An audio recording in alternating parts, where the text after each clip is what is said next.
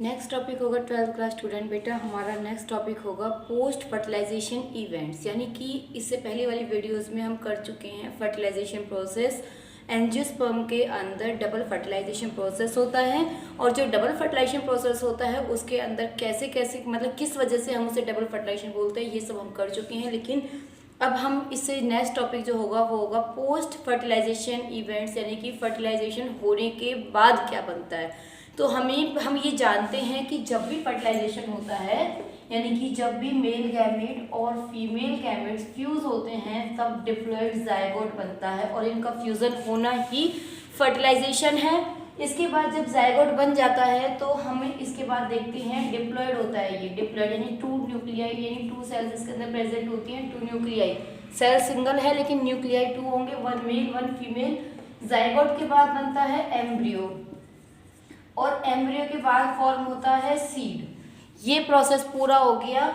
और फ्लावर के अंदर जो फीमेल पार्ट पिस्टिल था, पिस्टिल का जो यानी कि ओवरी वाला पार्ट होता है, ओवरी फॉर्म करती है फ्रूट को, और ओव्यूल जो होता है, क्योंकि जो ये प्रोसेस हुआ था ये सारा का सारा प्रोसेस ओव्यूल के अंदर हुआ है, ओव्यूल जो फॉर्म करेगा वो करेगा सीड को। ठीक है, तो इसके बाद हमने ये भी पढ़ा था, ये भी मैं आपको पहले करा चुकी हूँ कि जब भी जाइगोट से एम्ब्रियो बनता है तो इसको चाहिए होता है नरिशमेंट, इसको चाहिए नरिशमेंट। और इसको नरिशमेंट कहाँ से मिलता है, इसका जो सेकंड इवेंट होता है फर्टिलाइजेशन का, जिसके अंदर PEN प्राइमरी एंडोस्पर्म न्यूसेलस, यानी कि प्राइमरी एंडोस्पर्म न्यूक्लियर लेयर, या जो भी हमें अपने अकॉर्डिंग लर्न रखना चाहें हम कर सकते हैं। ठीक है, प्राइमरी एंडोस्पर्म न्यूक्लियस की फॉर्मेशन हो जाती है, यानी PEN प्राइमरी एंडोस्पर्म न्यूक्लियस। ये क्या करता है, ये एम्ब्रियो को नरिशमेंट प्रोवाइड करता है, और जब इसको नरिशमेंट मिलता है तब सीड की फॉर्मेशन होती है। तो अब हमारा जो नेक्स्ट टॉपिक हो गया वो क्या हो गया, एंडोस्पर्म। एंडोस्पर्म की फॉर्मेशन कैसे हुई, जब भी जाइगोट बना, जैसे इधर देखा हमने, इस तरीके से हमने देखा था कि जो ये एग सेल है इससे बना जाइगोट, क्योंकि इसके साथ मेल गैमेट है वो फ्यूज हुआ था और जाइगोट बन गया था। लेकिन सेंटर में पोलर न्यूक्लियाई के साथ जब मेल गैमेट फ्यूज होता है तो ये मिलकर बनाते हैं PEN प्राइमरी एंडोस्पर्म न्यूसेलस। तो ये बनता कैसे है, देखिए जैसे ये हुआ, अब इसके अंदर एग सेल से बन गया जाइगोट, ये तो हो गया जाइगोट, और जो ये PEN बना था ये इसके चारों तरफ नंबर ऑफ न्यूक्लियाई फॉर्म होते रहते हैं। क्या होंगे, नंबर ऑफ न्यूक्लियाई, यानी कि एक न्यूक्लियाई से 2 न्यूक्लियाई, 2 से 4, 4 से 8, 8 से 16, जैसे हमने इसमें पढ़ा था जब हमने इसकी फॉर्मेशन की थी। आप ध्यान से देखिएगा, मैंने आपको शायद इससे जो पहले वाले पार्ट्स हैं उनके अंदर कराया हुआ है कि पहले जब इसकी फॉर्मेशन हुई थी, यानी जब एंडोस्पर्म की फॉर्मेशन हुई थी, यानी फीमेल गैमेटोफाइट जब बना था, तो फीमेल गैमेटोफाइट के अंदर भी पहले एक न्यूक्लियाई 2 में बना था, 2 से 4 बने थे, और 4 से फिर 8 बने थे। और जब ये 8 बन गए थे, न्यूक्लियाई बने थे, न्यूक्लियाइयों के बनने के बाद इनके अराउंड सेल वॉल फॉर्मेशन हुई थी, जिनमें से 8 में से केवल 6 जो न्यूक्लियाई थे उनके अराउंड सेल वॉल फॉर्मेशन हुई थी। तो ये एंडोस्पर्म है वो भी इसी तरीके से होता है, इसके अंदर नंबर ऑफ न्यूक्लियाई फॉर्म होंगे। और जब न्यूक्लियाई वाली स्टेज थी, इधर भी हमने पढ़ा था कि केवल न्यूक्लियाई थे, तो उन्हें हम बोलते हैं फ्री न्यूक्लियर, यानी वो फ्री न्यूक्लियर स्टेज होती है। और फ्री न्यूक्लियर स्टेज के बाद उसके अराउंड सेल वॉल फॉर्मेशन हो जाती है। यहाँ भी सेम तरीके से है, पहले न्यूक्लियाई बने तो इसको हम बोलेंगे फ्री न्यूक्लियर एंडोस्पर्म, या free nuclear stage of endosperm. और उसके बाद इनके बाहर सेल वॉल की फॉर्मेशन बननी स्टार्ट हो जाती है। तो जब इनके बाहर सेल वॉल की फॉर्मेशन बननी स्टार्ट हो जाएगी तो उस स्टेज को हम बोलेंगे सेलुलाइजेशन, सेलुलाइजेशन कहेंगे हम इसको, क्योंकि इनके बाहर सेल वॉल, यानी कि जब न्यूक्लियाई फॉर्म हुए उन न्यूक्लियाई के अराउंड सेल वॉल फॉर्म हो जाती है, तो उसको हम बोलेंगे सेलुलराइजेशन। और जब इसके अंदर न्यूक्लियाई थे, केवल सेल वॉल फॉर्म नहीं हुई थी, तो उस स्टेज को हम बोलेंगे फ्री न्यूक्लियर स्टेज। तो आई थिंक इतना आपको समझ में आ गया होगा कि फ्री न्यूक्लियर स्टेज क्या होती है और सेलुलराइजेशन स्टेज क्या होती है। इसके बाद हमारे बुक में एक एग्जांपल दिया हुआ है कि जो कोकोनट होता है, कोकोनट के अंदर जो पानी होता है, वाटर जो होता है वो कौन सी स्टेज है, तो हम बताएंगे उसके अंदर जो पानी है, पानी तो फ्री न्यूक्लियर स्टेज है, और जो उस पानी के अंदर बहुत सारे न्यूक्लियाई हैं, जब वो न्यूक्लियाइयों के बाहर सेल वॉल बन जाती है तो वो उसका अंदर वाला जो वाइट कैनाल वाला पार्ट होता है, जिसे हम नारियल के अंदर वाला पार्ट वाइट कलर का होता है, सभी ने खाया होगा नारियल को, तो नारियल जब हम देखते हैं तो वो अंदर वाइट होता है और उसके अंदर पानी भी होता है, और उस वाइट पार्ट के बाहर ब्राउन कवरिंग भी होती है। तो ब्राउन कवरिंग नहीं, ब्राउन कवरिंग के अलावा जो केवल वाइट वाला पार्ट होता है नारियल का, वो सेलुलाइजेशन स्टेज होती है, और उसके अंदर जो पानी होता है वो फ्री न्यूक्लियर स्टेज होती है। तो इतना आई थिंक आपको समझ में आ गया होगा। इसके बाद इसमें दिया हुआ है कि कुछ सीड ऐसे होते हैं जिनके अंदर जो ये एंडोस्पर्म है वो पूरा का पूरा यूटिलाइज हो जाता है, यानी कंज्यूम हो जाता है, कंप्लीटली कंज्यूम, यानी कि पूरा का पूरा खत्म हो जाता है। अगर हम इस नारियल की ही बात करें तो अगर इस नारियल में पानी ना हो बिल्कुल और पूरा ड्राई अप हो जाए, तो इस तरीके से कोई भी सीड जिसके अंदर कोई ऐसा मॉइस्चरिंग वाला कोई सब्सटेंस नहीं रह जाता है और वो पूरा का पूरा ड्राई हो जाता है, तो उसमें हम उसको हम बोलते हैं कि एंडोस्पर्म है वो पूरा का पूरा कंज्यूम हो गया है। और अगर कंज्यूम हो गया है तो उस तरीके का एग्जाम्पल हमें दिया हुआ है पी, ग्राउंडनट और बीन्स। इसके बाद कुछ ऐसे होते हैं जिनके अंदर परसिस्ट का मतलब पाया जाना, कि कुछ ऐसे भी होंगे जिनके अंदर मैटर रह जाता है, यानी कि परसिस्ट है, पाया जाता है, यानी कि एंडोस्पर्म है वो पूरा यूटिलाइज नहीं हुआ है, उसका कुछ पार्ट अगर रह गया है। उस तरीके के एग्जाम्पल दिए हुए हैं जैसे कि कोकोनट हो गया और कैस्टर ऑयल, यानी कि कैस्टर हो गया। तो ये अब हम इनको नेक्स्ट में हम जब पढ़ेंगे टाइप्स ऑफ सीड में, तो हम वहाँ भी देखेंगे कि किसी के अंदर एंडोस्पर्म है और किसी के अंदर एंडोस्पर्म पूरा यूटिलाइज हो गया है। जिनके अंदर एंडोस्पर्म यूटिलाइज हो गया है उसे हम बोलते हैं नॉन एल्ब्यूमिनस सीड, और जिसके अंदर कंप्लीटली यूटिलाइज हो गया है वो नॉन एल्ब्यूमिनस है, और जिनके अंदर एंडोस्पर्म रह जाता है, पूरा यूटिलाइज नहीं होता, रह जाने का मतलब परसिस्ट होता है।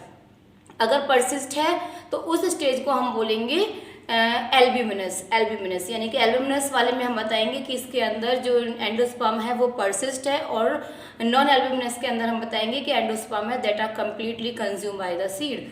इसके बाद नेक्स्ट वन, इनके एग्जाम्पल आप लर्न कर लीजिएगा। नेक्स्ट आता है, आपने पढ़ लिया कि एंडोस्पर्म फॉर्म हो गया है, अब इसको नरिशमेंट मिल गया, नरिशमेंट मिलने के बाद क्या बनेगा, एम्ब्रियो। और एम्ब्रियो का बनना मैंने आपको पिछली वीडियोस में आपको बताया हुआ है कि जहाँ पे भी जेनेसिस वर्ड अगर आता है तो इसका मतलब फॉर्मेशन होता है, और अगर हम कहें एम्ब्रियोजेनेसिस मीन्स वो प्रोसेस जिसके अंदर एम्ब्रियो की फॉर्मेशन हो रही है, the process by which embryo is formed, the process of formation of embryo are called embryogenesis. तो ये आपका हमारा क्लियर हो जाता है। अब हम एम्ब्रियो वाले पार्ट को पढ़ लेते हैं। एम्ब्रियो के अंदर देखिए बच्चे, एम्ब्रियो के अंदर क्या होता है, एम्ब्रियो के अंदर हम देखेंगे कि सबसे पहले तो हमने पढ़ा था जब भी फर्टिलाइजेशन हो गया उसके बाद बना जायगोट, फिर PEN यानी एंडोस्पर्म बन गया। क्यों? क्योंकि जायगोट के डेवलपमेंट के लिए उसको नरिशमेंट चाहिए। नरिशमेंट उसको कहाँ से मिलेगा, PEN से मिलेगा। जब एंडोस्पर्म बन गया है इसका मतलब जायगोट के नरिशमेंट की तैयारी हो गई है। अब नरिशमेंट मिल गया, अब ये डेवलप करेगा। जायगोट जब डेवलप करेगा तो फॉर्म करेगा embryo. The process of formation of embryo is called embryogenesis. Embryogenesis के कई सारी स्टेज इसमें दी हुई हैं कि एम्ब्रियो जब बनता है तो एम्ब्रियो कैसे बनता है। तो हमारी बुक में इसका कुछ स्ट्रक्चर भी इस तरीके से दी हुई है। इस तरीके से काफ़ी सारी सेल्स होंगी, ठीक है। और इन सेल्स के बाद हम यहाँ पे दिखाते हैं इस तरीके से, ठीक है। ये है, इसको हम बोलते हैं ग्लोबल शेप है, इसको ग्लोबुलर एम्ब्रियो के बाद हम देखेंगे कुछ टाइम के बाद ये जो ग्लोबुलर पार्ट है वो इसका कुछ इस तरीके से फॉर्म होना स्टार्ट हो जाता है, यानी कि इस तरीके की स्ट्रक्चर आनी स्टार्ट हो जाती है। तो ये स्ट्रक्चर क्या कहलाती है, ये स्ट्रक्चर कहलाएगी कॉटलीडॉन्स।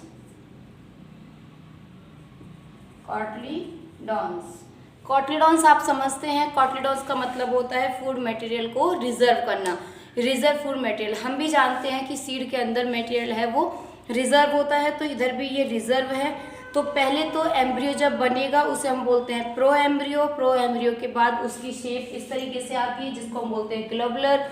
उसके बाद नेक्स्ट वन स्टेज आएगी जिसमें कॉटलीडॉन्स बननी है। तो ये कैसी स्ट्रक्चर आ गई, हर्ट जैसी, तो इसको हम हार्ट शेप्ड स्ट्रक्चर भी कहते हैं। और उसके बाद जब बनेगा तो वो कंप्लीट मैच्योर एम्ब्रियो बनेगा। मैच्योर एम्ब्रियो के अंदर हम देखते हैं कि 2 कॉटिलिडॉन्स डेवलप हो गई हैं। इस तरीके से हम इस स्ट्रक्चर को दिखाते हैं फिर, ठीक है। तो ये इसका हो गया। अब हमारे पास जो सीड होते हैं वो भी 2 टाइप्स के होते हैं, मोनोकॉटिलिडॉन्स भी होते हैं, डाई। अगर ये कॉटिलिडॉन सिंगल है तो उसे हम बोलेंगे मोनोकॉटिलिडॉन्स, और अगर 2 है तो डाइकॉटिलिडॉन्स। अब इसके बाद एक चीज़ और इसमें दी हुई है कि जो ये वाला पार्ट है, जैसे ये कॉटिलिडॉन है, मानो कि ये कॉटिलिडॉन है, तो इसका ये वाला पोर्शन, इसको हम बोलेंगे एम्ब्रियोनल एक्सिस।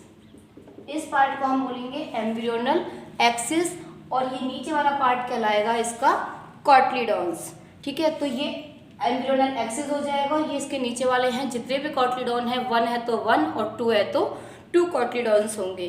तो एम्ब्रियोनल एक्सिस के जो ऊपर वाला पार्ट होता है, अपर वाला पार्ट जो है एम्ब्रियोनल एक्सिस, ये पूरा है, तो इसका ऊपर वाला पार्ट, इसको हम बोलेंगे, जो इसका अपर वाला पार्ट होता है, इसको हम बोलेंगे एपिकोटाइल।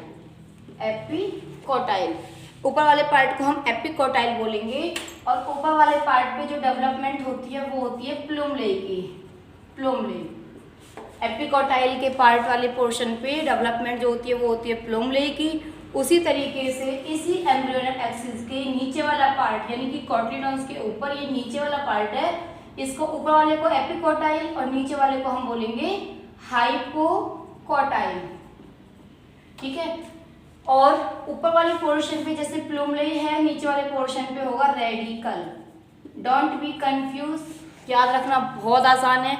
जो प्लूमलेई और रेडिकल है, तो हमसे ये पूछा जाता है कि सीड का कौन सा पार्ट है जो कि या इसकी स्टेम की फॉर्मेशन करेगा, कौन सी रूट की। तो आप देखिए, आर से रेडिकल और आर से रूट। प्लूमलेई, रूट के अलावा क्या डेवलप होगा, स्टेम। तो हम ये बता सकते हैं कि जो सीड का ये जो पार्ट बना है, इसमें एक पार्ट होता है एम्ब्रियोनल एक्सिस, और एम्ब्रियोनल एक्सिस में ऊपर वाले हिस्से को हम बोलेंगे एपिकोटाइल, नीचे वाले को हाइपोकोटाइल। एपिकोटाइल वाले पोर्शन पे प्लूमलेई प्रेजेंट होता है, यानी आउटग्रोथ दैट आर कॉल्ड प्लूमलेई। नीचे वाले में रेडिकल होता है, प्लूमलेई फॉर्मेशन करता है स्टेम की और रेडिकल फॉर्मेशन करता है रूट की। That's final. इसके बाद ये तो था इसका डाइकोट के लिए, ठीक है। अब हम मोनोकॉट के बारे में पढ़ लेते हैं। अगर एक ही कॉटिलिडॉन है तो उसे हम बोलेंगे मोनोकॉटिलिडोनस प्लांट या मोनोकॉटिलिडोनस सीड। कई बार क्या होता है, रूट के ऊपर कवरिंग भी होती है। इस तरीके से जो रेडिकल होता है, रेडिकल के ऊपर एक कवरिंग भी होगी, उस कवरिंग को हम बोलेंगे रूट कैप। रूट कैप, ठीक है। रूट की टिप वाले पार्ट पे ये डेवलप होती है, फॉर्म होती है, जो उसे कवर करने का काम करती है, तो उसे हम बोलेंगे। इसके बाद मोनोकॉट के अंदर अगर हम देखें तो मैंने आपको जस्ट अभी बताया, मोनोकॉट के अंदर होता है सिंगल कॉटिलिडॉन, और उसके सिंगल कॉटिलिडॉन को हम बोलते हैं स्क्यूटेलम। जैसे कि ये मान लो, ये कोई भी इस एम्ब्रियोनल एक्सिस है, इसका 1 कॉटिलिडॉन ये हो गया, और इसको हम बोलेंगे स्क्यूटेलम। स्क्यूटेलम, स्क्यूटेलम क्या है, स्क्यूटेलम इसका कॉटिलिडॉन है, कॉटिलिडॉन्स, ठीक है। इसके बाद ये कॉटिलिडोनस हो गया। कॉटिलिडोनस के बाद हम बोलेंगे इसके, ये एम्ब्रियोनल एक्सिस है, इस इधर वाला पार्ट होता है कॉलियोप्टाइल, और इसके नीचे वाला पार्ट होगा कॉलियोराइजा।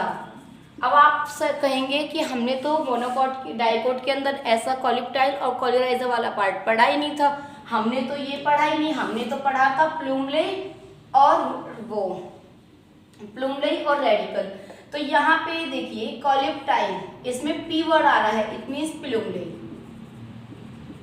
ठीक है। और ऐसे ही कॉलियोराइजा में आर आ रहा है, यानी रेडिकल। अब हम ये कहेंगे कि हमने इनको इंटरलिंक किया क्यों है। देखिए इसके लिए क्या होता है कि कॉलियोप्टाइल, यहाँ पे जैसे ये प्लूमलेई है, तो प्लूमलेई की कवरिंग होती है जिसे हम बोलते हैं कॉलियोप्टाइल। उसी तरीके से यहाँ पे मानो रेडिकल है, तो रेडिकल की जो कवरिंग होगी उसे हम बोलेंगे कॉलियोराइजा। मतलब कि जैसे ये रेडिकल है, radical is covered by A covering, इस कवरिंग को हम बोलेंगे कॉलियोराइजा। आर से रेडिकल, आर से राइजा, आर से रूट, फॉर्मेशन करेंगे रूट की। तो इसीलिए आपको कंफ्यूजन नहीं होगा कि कॉलियोप्टाइल और कॉलियोराइजा में से कौन सा रेडिकल का कवरिंग थी और कौन सी प्लूमलेई की कवरिंग थी। तो ये हम इजीली इस तरीके से लर्न कर पाएंगे। तो ये हमारी मोनोकॉट की स्ट्रक्चर हो जाती है। मोनोकॉट की स्ट्रक्चर में केवल एक कॉटिडोन होता है, उस कॉटिडोन को हम बोलते हैं स्क्यूटोलम। और इसके बाद इसका ऊपर वाले पार्ट पे कॉलियोप्टाइल होता है, नीचे वाले पे कॉलियोराइजा। कॉलियोप्टाइल जो होता है वो प्लूमले की कवरिंग होगी इस तरीके से, और ये रेडिकल की कवरिंग होगी। रेडिकल रूट की फॉर्मेशन करता है और वो शूट की फॉर्मेशन करता है। ये हमारा इधर कंप्लीट हो जाता है कॉलियोप्टाइल कॉलियोराइजा की हमारे इसमें डेफिनेशन दी हुई है, आप इसको कवर कर लीजिएगा। नेक्स्ट वीडियो में हम इसका नेक्स्ट टॉपिक करेंगे सीड। ओके बच्चे, थैंक यू।